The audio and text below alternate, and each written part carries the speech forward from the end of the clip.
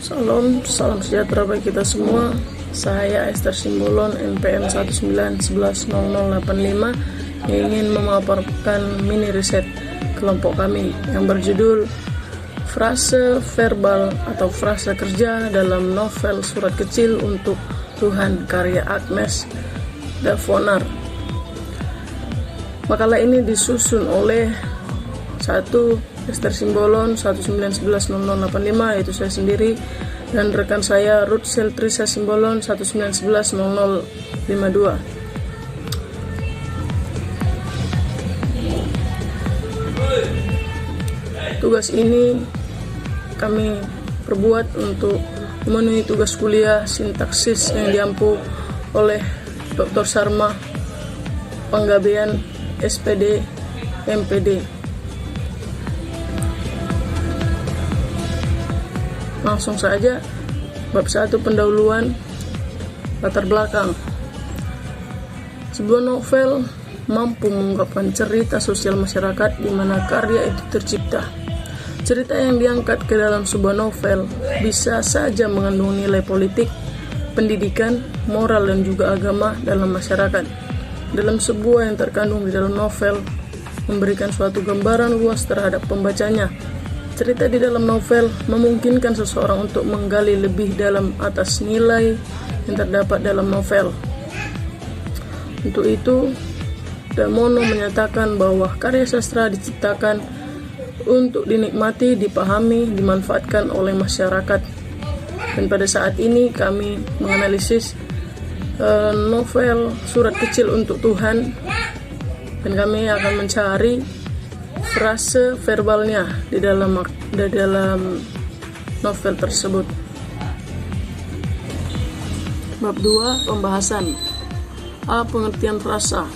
Secara sederhana, frasa dapat didefinisikan sebagai suatu kesatuan yang berupa gabungan dua kata atau lebih yang bersifat non-predikatif atau tidak memiliki predikat dan memiliki satu makna gramatikal atau makna yang dapat berubah-ubah sesuai dengan konteks.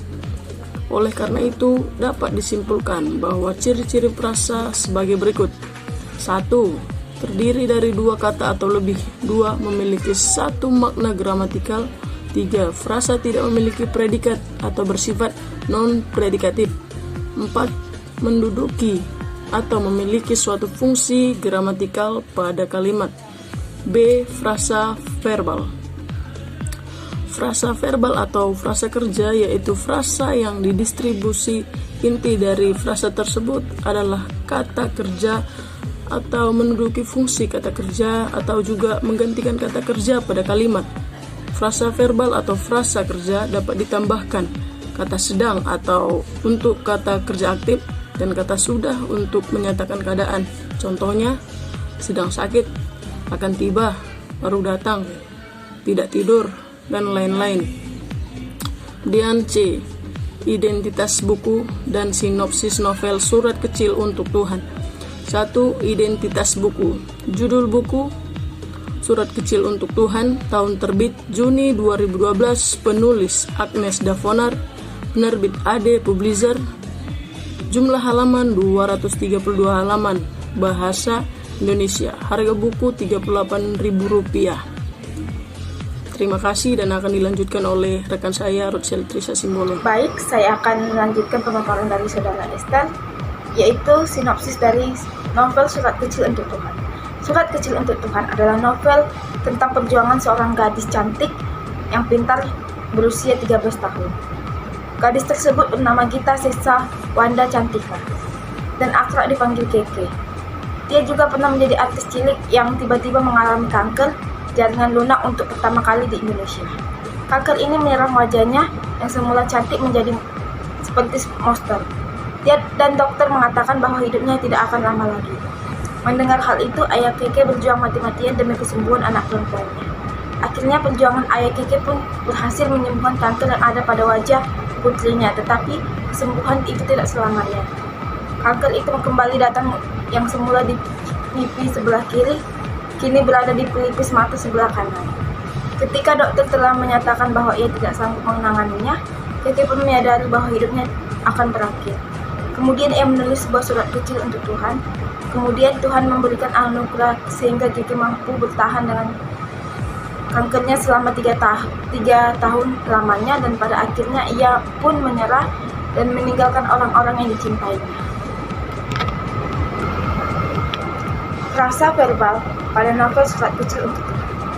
Adapun frasa verbal pada novel Surat Kecil untuk Tuhan diantaranya yaitu 1. Menggunting rambut, 2. Menceritakan cita-citanya, 3. Membagikan roti kepada anak jalanan, 4. Menulis surat, 5. Menangis terseduh-seduh, 6. Dapat melihat, 7. Memberikan kebahagiaan, 8. Memandang langit dan bulan, 9. Mengunci pintu, 10.